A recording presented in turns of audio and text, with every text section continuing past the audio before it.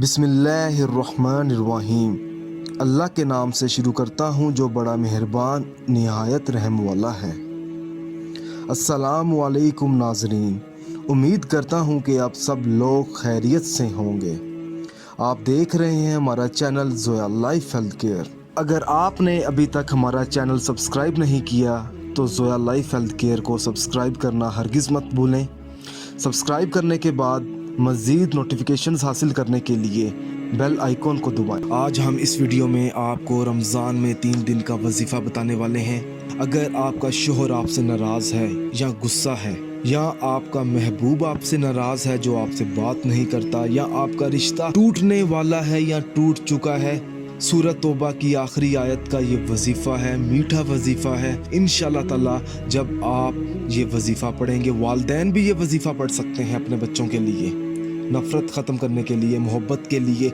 लड़की भी कर सकती है, लड़का भी कर सकता है, बीवी भी कर सकती है और शोहर भी कर सकता है। अमल बताने से पहले मैं आपको कुछ ज़रूरी बातें बता दूं। इस वीडियो को आखिर तक देखें ताकि आपको सही तरीके से समझ आ सके कि आपने अमल किस तरह करना है। ये वजीफ़ा आपने बावजू हालत में करना है, और वजीफ़ा करने से पहले ये जान लें कि ये अमल किस मकसद के लिए है, क्योंकि हर वजीफ़ा, हर अमल आपने अपने जायज़ मकसद के लिए करना है, और इस अमल के साथ आपने 5 वक़्त की नमाज भी अदा करनी होगी आपको।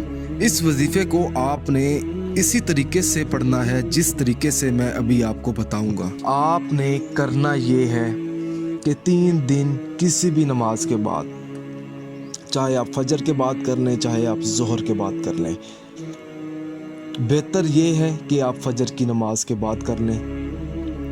आपने अपने सहन में बैठना है, ऊंची जगह पर, और कोशिश करें कि वो जगह पाक साफ़ होनी चाहिए। आप ये वजीफ़ा अपनी छत पर भी बैठकर कर सकते हैं। सबसे पहले आपने बिस्मिल्लाहिर्रहमानिर्रहीम पढ़नी है, उसके बाद आपने 7 बार या अल्लाह मदद फरमा, उसके बाद आपने 7 बार या मोहम्मद का विर्द करना है। उसके बाद इसमें मुबारक है अल्लाह पाक का या वदूदू 41 मरतबा इसका विर्द करना है। उसके बाद आपने सूरत तौबा की आखिरी आयत को देखकर आखिरी 2 आयतों को 41 मरतबा पढ़ना है। उसके बाद आपने 7 बार आयतल कुर्सी पढ़कर वहीं बैठकर अल्लाह पाक से अपनी दुआ मांगनी है, और वजीफ़ा करते वक्त आपने अपना मतलूबा मकसद अपने जहन में रखना है और किसी से कोई बातचीत नहीं करनी वजीफ़ा पढ़ते वक्त। जब आप ये वजीफ़ा पढ़ लेंगे तो आपने फिर दूसरे दिन इसी तरह वजीफ़ा पढ़ना है, और तीसरे दिन भी आपने इसी तरह वजीफ़ा पढ़ना है।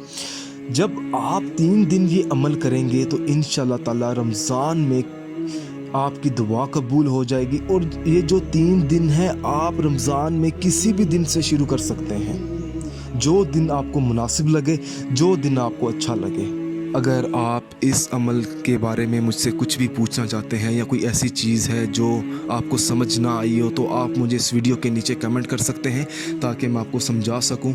अगर आपको हमारी ये वीडियो पसंद आई है तो इस वीडियो को ज़रूरतमंद लोगों तक ज़रूर पहुंचाएं। जज़ाकल्लाह।